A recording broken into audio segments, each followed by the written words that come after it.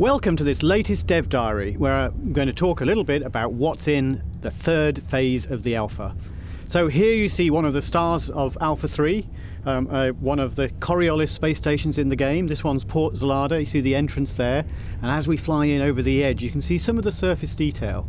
So of course this whole station's rotating, giving it gravity. So at this surface the most desirable areas where you've got one gravity. You sort of see these almost inverted tower blocks. If you think of these as tower blocks that are upside down, where the bottom is sort of the best part, the penthouse if you like, going all the way through to the inside of the station.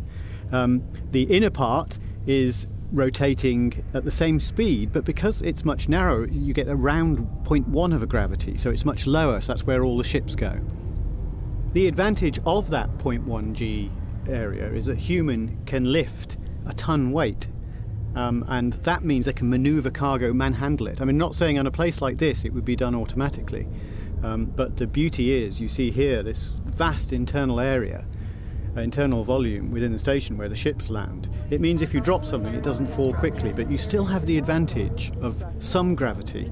That low level of gravity is really handy. Here you see the different landing pads. We can see an Anaconda, the relatively tiny footprint of a Sidewinder, and a Cobra in the distance. So what you can see here is the sort of the business end of the station. Outside this is a big open volume where there'll be lights, there'll be trees, open space, going down to the surface areas, which will have trees and things like that, and possibly even bits of water where people would live within the station. Because I think in space people would value open space, could be so used to the cramped surroundings of a spaceship. So this has somewhat of an ambience, if you like, of an airport, and that is the point. That the starports, or orbital starports like this one, are where people come and go to planets. Obviously there will be smaller ships going between an orbital station like this and the surface, if there is sort of activity down the surface. Here we see the docking bay, the docking slot. So these are shields that are permanently active, that keep the air in the station. And as you move through it, you can hear the ambience of the sound change. In space, of course, there is no sound, and the sound that you do hear is generated by your ship, or are noises coming from inside the ship, which is pressurized. But once you go inside, you can hear the echoey noise of the starport. You can hear the echoes of your own engines. Of course, docking is another major element of Alpha 3, and so we'll just look at how that process works and the various things you need to do. So we see the big station ahead of us. We've got to select our contacts, our targets if you like, and then get permission from the station to dock. And they issue a landing bay number, and then we fly through the slot in traditional good old, right back from the first Elite style, getting your ship to spin to match the slots. Now these slots are quite large, and you can sort of certainly see that in Alpha 3. That's because they need to accommodate the biggest ships. So the biggest ships, like the Anaconda, and there are others as well that are bigger, are, if you think of the real world example, something called a Panamax ship. It's a ship that only just fits in the Panama Canal. That's because they're the maximum size. Some of the ships will be difficult to dock. You'll need docking aids to help you. Whereas smaller ships like the Sidewinder and even the Cobra can be docked quite easily. You've got to put down your landing gear, obviously very, very important, and then approach the pad, as we see here. So you see the pad you've got selected, you slow down, approach it, and as you approach the pad, you'll see a new user interface come in the place of the scanner. You'll see there's the targeted area, and you see your ship hovering above it, and you've got to align the dot into the centre.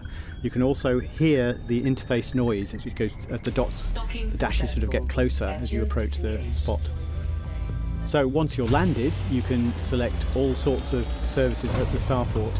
The surface of the station is clearly where all the people will mill around, but down in here, this is the domain of machinery, where there would be no people. Because we're just thinking ahead to when you can get out of the spaceship. It's very important that you can have machinery deployed without killing people.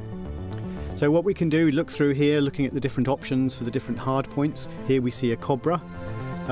Looking through, you see some of the weapons seem very small given the size of the hard point, but you can fit a larger one here. That's because you might want it to be gimbal mounted, i.e. it will auto-aim, if you like, when you've targeted a ship. And that is a very powerful thing. We've already seen that in the alpha. People have already been playing it, and it's a very big positive.